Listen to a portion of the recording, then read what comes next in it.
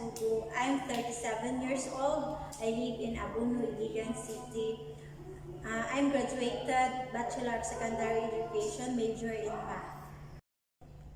Okay, good morning class. Please stand up for the prayer. Okay, Marcus, can you please lead the prayer? Okay, let us pray. Amen. Okay, can you please arrange your chairs? Okay, thank you. And now, you may now take your seats, class. Okay, who is absent today?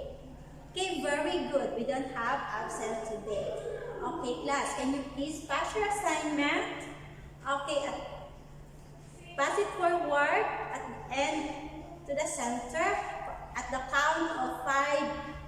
Okay, 1, 2, 3, 4, 5. Okay, class, did you remember our topic last meeting? Okay, very good. Who can answer?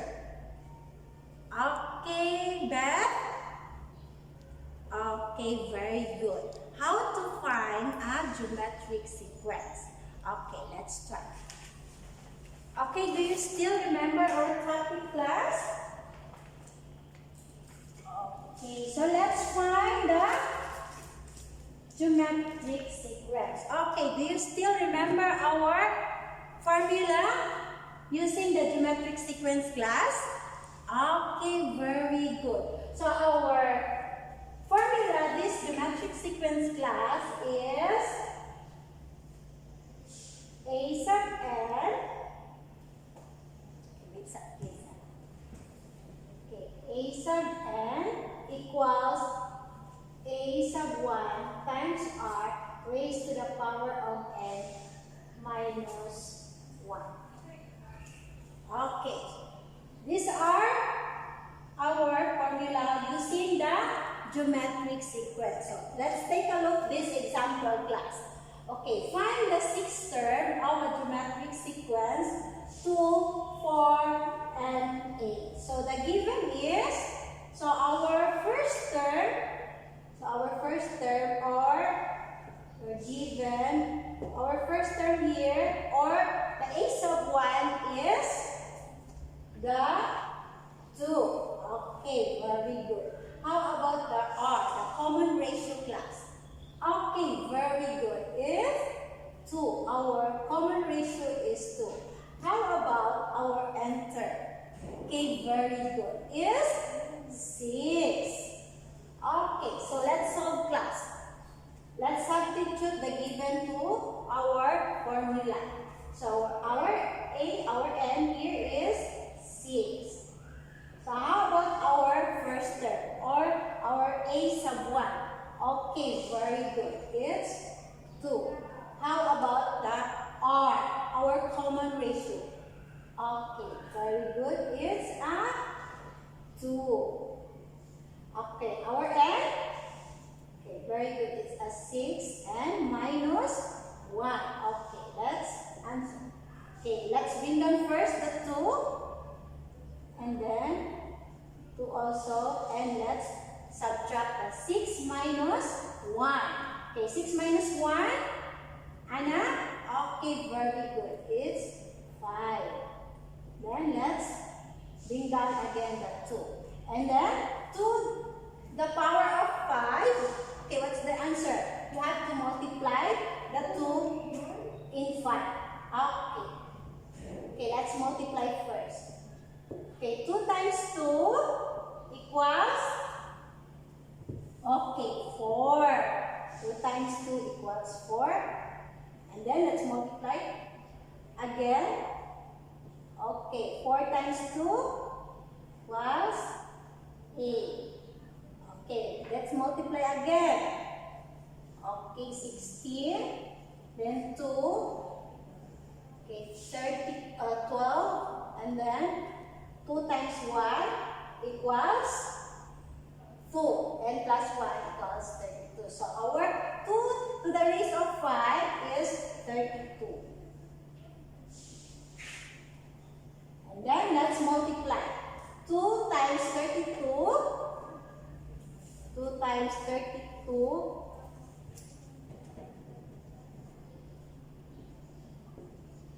Okay, 2 times 2 equals 4. 2 times 3 equals 6. So our and here, our A6 equals 64. Okay, did you understand, class? Any question? Okay, very good. Okay, before we proceed to our discussion, class, let's have first a group activity. Okay, I have here a problem.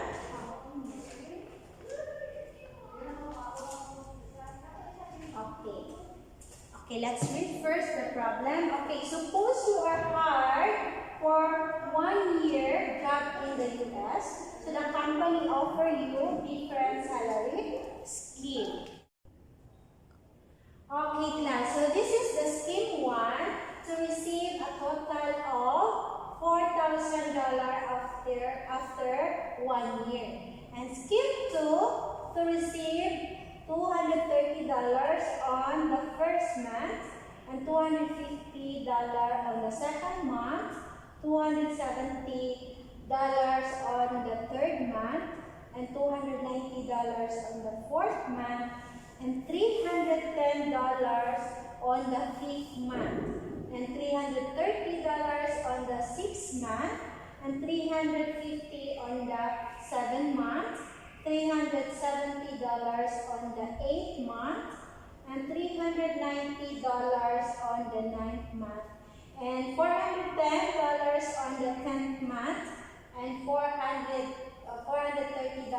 on the 11th month, and the last is $450 on the 12th month. And scheme 3 to receive $1 on the first month, and $2 on the second month, and $4 on the third month, and $8 on the fourth month, and $16 on the fifth month, and so on until the 12 months. Okay, so before that, I will group you. Okay, class, you go to your respective group that you have. Okay, group 1. You stay in the first row, and the group 2 you can stay on the second row, and the third group you can stay on the last row. Okay, class, I have here instruction. Please, you have to listen. Okay, group 1, are you ready? Group 2. How about the group 3? Okay, very good. Okay, so listen to class, our instruction. Okay, first is you have to analyze the problem. And then you answer the given question. And what scheme would you choose and why? And which scheme would you give the greatest sum? And discuss with your groups and write your solution in Manila paper. Do your work in 10 minutes, class. Okay, class? Again, do your work in 10 minutes. Okay, are you ready? Okay, very good. Okay, class, can you please put your Manila paper on the board? Okay, let's check who will be the correct answer. Okay, Philip, can you please read the problem? Okay, very good. Thank you, Philip. Okay, so these are the problem. Suppose you are hired for 1 year job in US. So the company offered 3 different salary schemes. So there are different schemes. So there are 3 different schemes. So what scheme would you choose and why? Okay, anybody from the group? Okay, group 3? Okay, very good. Okay, the scheme 3. So how about the scheme 2? How many received in scheme 2? Okay, very good. There are 4,080. So how did you get that answer, class? Okay, very good. So by adding $20 in each month and add the total value. So these are the solution of scheme 2. So $230 on the first month and 250 on the second month, and $270 on the third month, and so on until the 12 months.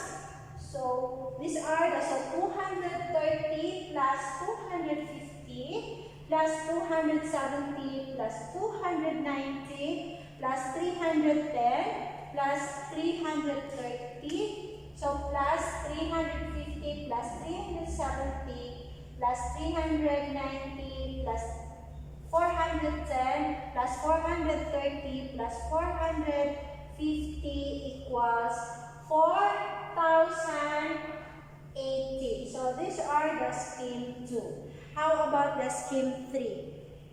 How many received the total after 1 year of scheme 3? Okay, very good. There are how many? Okay, 4,095. So let's take a look at this solution. Okay, so on the first month to receive a $1 and the $2 on the second month and $4 on the third month and $8 on the fourth month and $16 on the fifth month and so on and until the 12 months. How did you get that one? Okay, by multiplying the common ratio. Okay, so these are the first. So 1 times 2 equals 2 and 2 times 2 equals 4.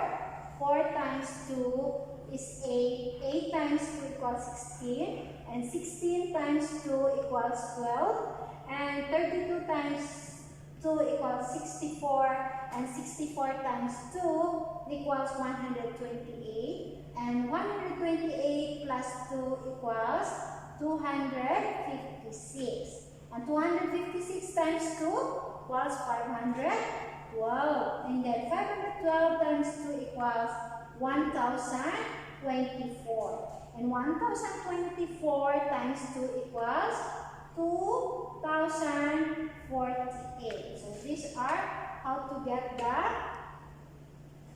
the scheme 3. Okay, so we have to add all of this answer. Okay, 1 plus 2 plus 4 plus 8 and plus 16 plus 32 plus 64 plus 28 and plus 256 and plus 512 plus 1024 plus 2048 equals 4,095. So in 1 year, in scheme 3, we receive 4,095. Okay. Okay, very good. So all groups are got correct. Okay, let's clap your hands, class. Okay, class, the indicated sum of this geometric sequence is called its geometric series. Okay, so let's find the sum of geometric sequence can be found in much the same way as the sum of arithmetic sequence. So there is a shorter way to find the sum of geometric sequence using the formula. Okay, so these are the formula of the sum of geometric sequence, class. Okay, so S sub n equals A sub 1 minus A sub 1 times R raised to the power of n equals over 1 minus R. So these are the formula of geometric sequence. So the sum of geometric sequence. Take a look at this example. How to find the geometric series using the formula. So these are number 1. Okay, let's take a look first. The number 1 using our formula. So again, what is our formula?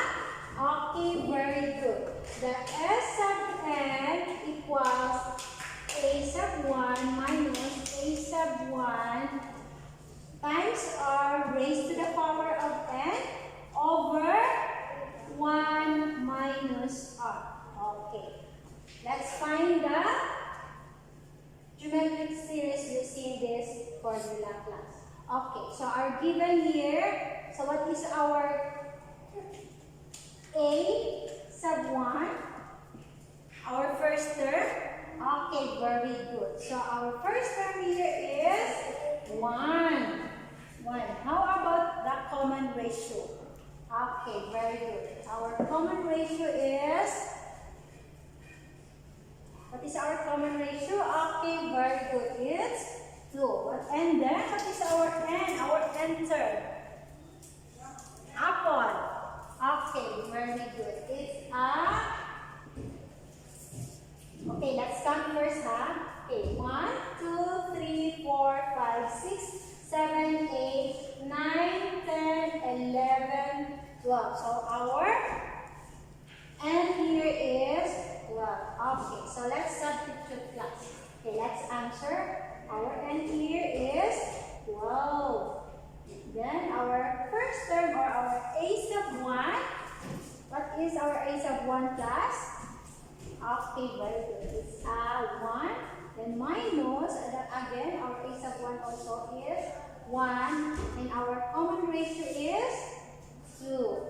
And our n here is 12.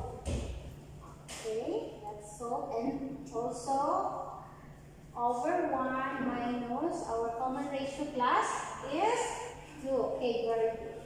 And then, let's subtract first. And let's bring down first the 1. And then also the 1. Okay, sorry.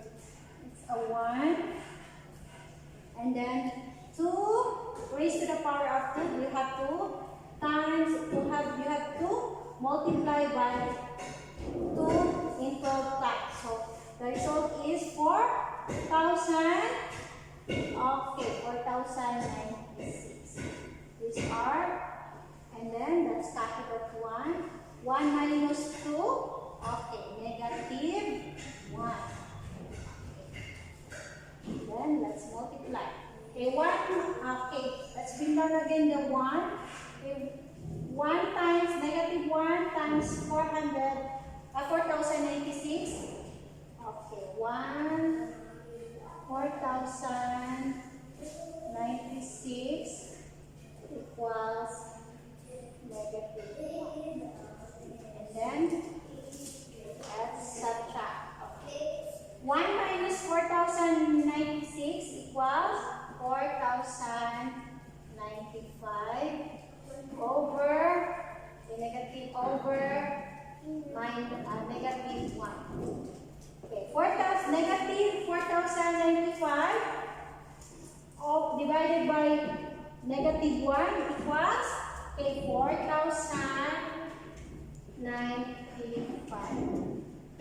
Okay, so that's the answer of number 1. So using our formula of geometric sequence. So our n here, our s sub n equals 4,095.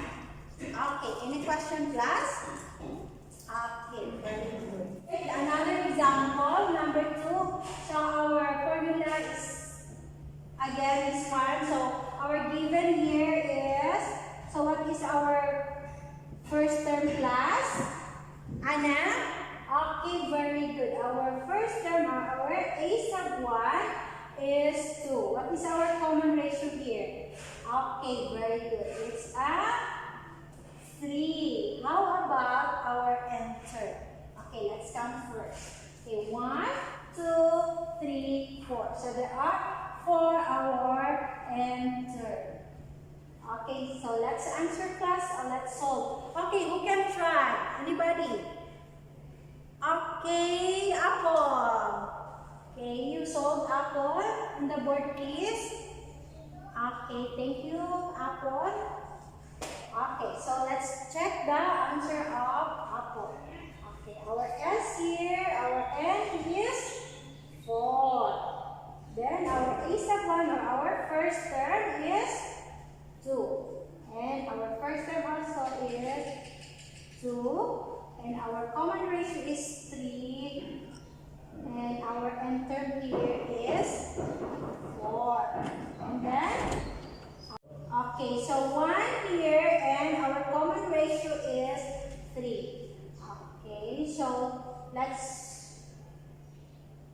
answer first 2 and 2, and then let's multiply first our exponent. So you have to multiply by itself, the 3. Okay, 3 times 3 equals 9. Okay, so 3 times 3 equals 27, and then 3 times 3, 27 times 3 equals, so 3 times 7 equals 21. Okay, 3 times 2 equals 6, and then plus 2, 7, 8 equals 81. So these are so 1, 2, 3, 4. So there are 3 times to multiply the 3. So 81. And then you bring down the 1 and minus 3. Okay. So let's bring down first the 2, and then let's multiply the 2 and 81. Okay, 81 times 2. Okay, let's multiply first. 2 times 1 equals 2. 2 times 8 equals, okay, 162. 162 over 1 minus 3 equals negative 2. Okay, so let's subtract. Okay, 2 minus 162 equals, okay, 160. Negative 160 over negative 2. Okay, then let's divide. Okay, negative 160 divided by negative 2 equals, okay, positive 2. So our S here, our N is 80. Okay, so that's the answer of number 2, 80. Okay, any question, class? Okay, very. How we can find the geometric sequence? How we can find the geometric series, class? Okay, very good. So using our formula. Again, what is our formula, class? Okay, very good. It's a sub n equals a sub 1 minus a sub 1 raised to the power of n 1 minus r. So these are the formula of geometric series. So what is our geometric series means? Okay, very good. Okay, who can answer? Anna. Okay, very good. Geometric series is indicated sum of the terms of geometric sequence. So these are the geometric sequence, class. Geometric, again, class, geometric series is indicated sum of terms of geometric sequence. So our lesson for today, class, is sum of geometric sequence. So this is our topic this morning. So the sum of geometric sequence. Okay, class, let's have a quiz. Are you ready, class? Okay, very good. Now I have here, you have, please get 1/2 sheet of paper. You answer this for 10 minutes only, class. Okay, 1/2. Okay, so first is you find the sum in the geometric series using the formula. Okay, these are number 1 and number 2. You answer this in 1/2 sheet of paper and then only 10 minutes. Okay, you start to answer, class. So you done? Okay, very good. So let's answer the number 1 first. Okay, so who can answer number 1, class? Okay, Jean Claire. Okay, the answer on the board, please. Okay, very good. So let's take answer number 1.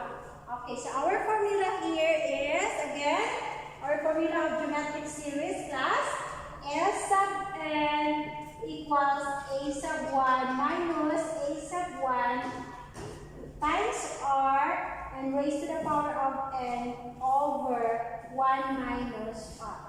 So let's answer number 1. So the given of number 1 is, what is our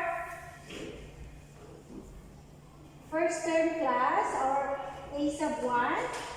Okay, so we have our first term is 3. Okay, our first term is 3. Okay, our common ratio is, okay, very good. It's is 3 also, our common ratio. And our n here is, okay, let's count first. 1, 2, 3, 4, 5, 6. So our n here is 6, and then let's answer. Our n here is 6 equals, our a sub 1 class, what is, okay, very good, it's a 3. And minus 3, our common ratio is 3 also. And our n is 6. 6 over 1 minus 1. 1 minus, okay, our common ratio is 3. Okay, let's bring down first the 3. Minus 3, and then let's multiply first. Okay, 3 times 3 plus equals 9. Okay, times 3, 27, and then times 3 again. 27, 21. Okay, 6, 81. Okay, times 3. Okay, 3 times 1 equals 3. 3 times 8 equals 243. Okay, 1, 2, 3, 4, 5. So 6, the m term. So another 3. Okay, 3 times 3 equals 9. And 3 times 4 equals 12. Then, okay, so 3 times 2 equals 6 plus equals 7. Okay, 729. So 729 over 1 minus 3. Okay, so 3 you bring down first is 1 and minus. So 3 times 729. Okay, let's add first. Let's add. Okay, let's multiply first the 3 times 729. So 729 times 3. Okay, let's multiply first. 3 times 9 equals 27. Then you carry 3 times 2 equals 6 plus 2 equals 8. And 3 times 7 equals 21. Okay, so 2,187 over 1 minus 3 equals negative 2. Then let's subtract class. So let's subtract the 3 to 2,187. So let's subtract. 3 minus, okay, so we have to 5. Then, oh, sorry, it's 4. And then 8, you bring down 1 and 2. 2,184 or 184 over negative 2. And then let's divide class. Negative 2,184 divided by negative 2 equals, so let's divide. Okay, let's divide first class. Okay, 2,184 divided by 2, the negative 2 and negative. So 2 divided by 2 equals a 1. And 1 times negative 2 equals negative 2, then 0, and 1. So 1 divided by negative 2 equals 0. So 0 times 2 equals 0. Then let's subtract. Okay, bring the 1 and then 8. So 18 divided by 2 equals Okay, 9. Okay, 9 times 2 equals 18. Okay, 0. And then let's bring down 4. Okay, 4 divided by 2. Okay, it's 2. Okay, 2 times 2 equals, okay, 4. 1, 0. So the answer is 1092. 1092. Okay, that's the answer of number 1. 1992.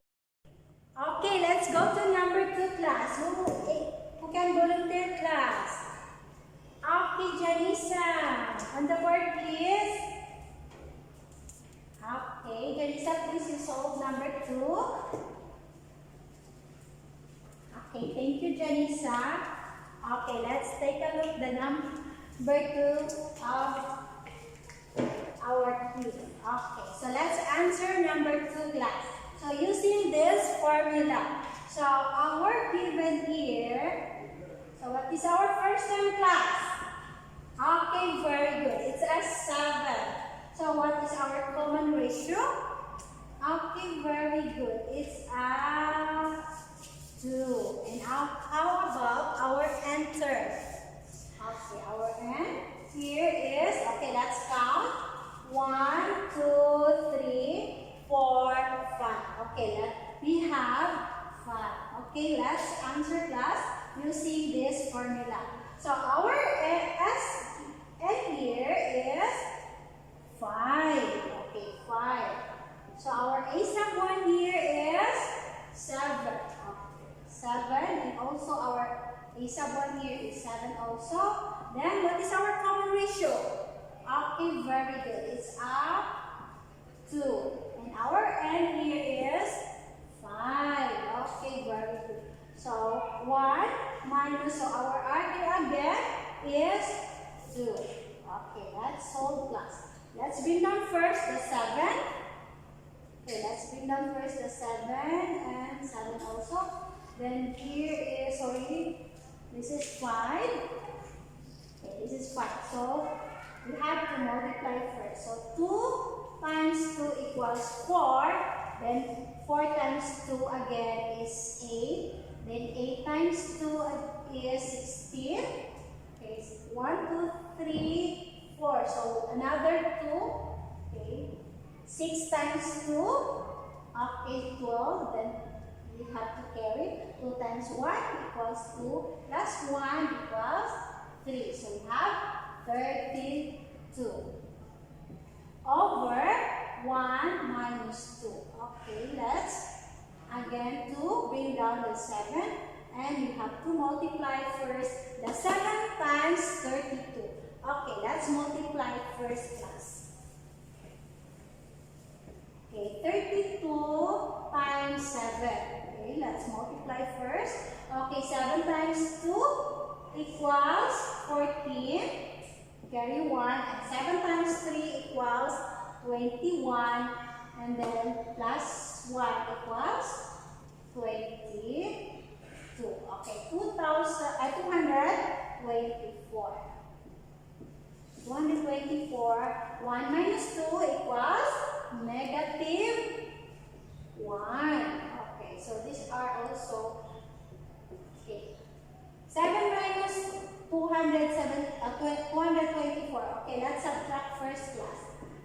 Okay, so we have to borrow first here. So 14 minus 7 equals 7.